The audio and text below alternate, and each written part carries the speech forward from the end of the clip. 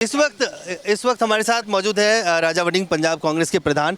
एक नैरेटिव चल रहा है, प्रधानमंत्री जी का 12 साल पूरा हुआ है, कहा जा रहा है कि नेहरू जी से ज़्यादा कार्यकाल हो गया। किस तरह से देखते हैं? देखो, बात यह है, कार्यकाल किसका ज़्यादा हुआ है किसका नहीं, ये देश जानता है। लेकिन नेहरू जी के कार्यकाल में पूरा देश ने तरक्की किया और जो उन्होंने किया वो पूरा देश जानता है। और अपने आप की तुलना नेहरू जी से कर लेनी और स्वयं कर लेनी, ये झा साहब कोई अच्छी सोच और अच्छी बात नहीं है। वो देश के प्रधानमंत्री नेहरू जी, जिन्होंने इस देश की आज़ादी के लिए महात्मा गांधी जी से प्रेरणा लेकर लड़ाई लड़ी और सबको साथ लेकर चले, इस देश के लोगों को इकट्ठा करने में नेहरू जी का और गांधी जी का बड़ा योगदान रहा। चाहे सबकी आवाज़ सुनते थे वो, एक लोकतंत्र नाम की कोई देश के अंदर चीज़ थी।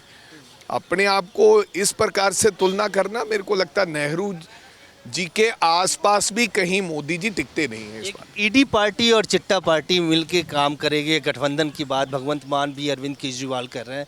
किस तरह से देखते हैं इस तरह से जब कहा जाता है कि एक ईडी पार्टी है और एक चिट्टा पार्टी? हाँ बिल्कुल, ईडी पार्टी तो हैगी है। तुसी देखो भी किस तरह देश दे राजनीति दे विच उथल पुथल और जिस प्रकार की राजनीति चल रही है, लोगों का देश की जिहड़ी आम जनता है, 140 करोड़ की आबादी वाला देश, वो जो देखती है कि कुछ नेता लोग स्टेज ते चढ़ के सामने वाले नूं कोस रहे होंगे, लड़ रहे हैं, गालियां कढ़ते हैं, और उस तो बाद तुरंत ईडी ते और सीबीआई और सीआईडी दे डर दे मारे वो पार्टी ज्वाइन कर लेंदे और रातों रात वो कहने लगे कि मोदी जी जिंदाबाद। सो कहने का मतलब देश की राजनीति तो लोगों का विश्वास उड़ता जा रहा है झा साहब। और इस जबरदस्त तरीके दे नाल जिस प्रकार वो ईडी, पर मैं भगवंत मान नूं ये गल जरूर कहना चाहना, मान साहब, ईडी चिट्टा पार्टी तो ठीक है भाई, विजिलेंस पार्टी किवें है? जो काम ईडी कर रही है, जो बीजेपी पूरे देश कर रही है, वही काम आम आदमी पार्टी की सरकार पंजाब दे विच कर रही है। लोगों को डराउण दा, धमकाउण दा, छोटे लेवल ते, ईवन कि अंदोलन जिहड़े लोग बेचारे अंदोलन कर रहे हैं, खंबे दे थले बैठ के उन्होंने टेंट नहीं लगाउण दिता जा रहा, पानी नहीं उत्थे पहुँचाउण दिता जा रहा। सो मान साहब थोड़ा अपने आप को करैक्ट कर लो। ईडी, चिट्टा, विजिलेंस पार्टी। रवनीत बिट्टू अटैची पैक करके अब पंजाब पहुंच रहे हैं, राज्यसभा का टिकट नहीं मिला, मंत्रिमंडल से भी बाहर। पता नहीं है, देखो यार, मैं किसी ते टिप्पा टिप्पणी नहीं करना चाहता। गए मंत्री बन गए, पंजाब जान, दिल्ली जान, लेकिन रवनीत बिट्टू देश की राजनीति के अंदर और खास करके पंजाब की राजनीति के अंदर रवनीत बिट्टू की किसी प्रकार की कोई रेलेवेंस रह नहीं गई है। इस गल का उन्होंने पार्टी को भी पता लग गया।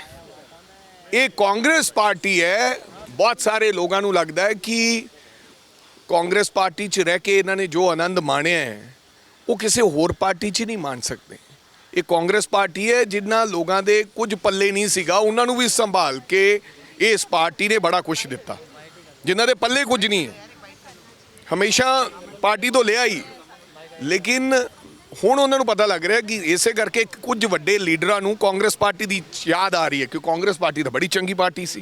कैप्टन साहब की मैं किसी का नाम नहीं लेना। राजा वड़िंग, आप देख सकते हो कि किस तरह से राजा वड़िंग पहुंचे हैं, कांग्रेस पार्टी के बड़ी बैठक में पहुंचे हैं। और इस वक्त जो खास उन्होंने कहा कि किस तरह से रवनीत बिट्टू को लेकर या फिर जिस तरह से ईडी और चिट्टा पार्टी को लेकर जो बयान तमाम आ रहे हैं, उस पर उन्होंने अपनी राय रखी है। इस वक्त हमारे साथ मौजूद है राजा वड़िंग, पंजाब कांग्रेस के प्रधान। एक नैरेटिव चल रहा है, प्रधानमंत्री जी का 12 साल पूरा हुआ है, कहा जा रहा है कि नेहरू जी से ज़्यादा कार्यकाल हो गया। किस तरह से देखते हैं? देखो, बात यह है, कार्यकाल किसका ज़्यादा हुआ है किसका नहीं, ये देश जानता है। लेकिन नेहरू जी के कार्यकाल में पूरा देश ने तरक्की किया और जो उन्होंने किया वो पूरा देश जानता है। और अपने आप की तुलना नेहरू जी से कर लेनी और स्वयं कर लेनी, ये झा साहब कोई अच्छी सोच और अच्छी बात नहीं है। वो देश के प्रधानमंत्री नेहरू जी जिन्होंने इस देश की आज़ादी के लिए महात्मा गांधी जी से प्रेरणा लेकर लड़ाई लड़ी और सबको साथ लेकर चले, इस देश के लोगों को इकट्ठा करने में नेहरू जी का और गांधी जी का बड़ा योगदान रहा। चाहे सबकी आवाज़ सुनते थे वो, एक लोकतंत्र नाम की कोई देश के अंदर चीज़ थी। अपने आप को इस प्रकार से तुलना करना, मेरे को लगता नेहरू जी के आसपास भी कहीं मोदी जी टिकते नहीं हैं इस बार। ईडी पार्टी और चिट्टा पार्टी मिलके काम करेगी, गठबंधन की बात भगवंत मान भी अरविंद केजरीवाल कर रहे हैं। किस तरह से देखते हैं इस तरह से जब कहा जाता है कि एक ईडी पार्टी है और एक ही चिट्टा पार्टी?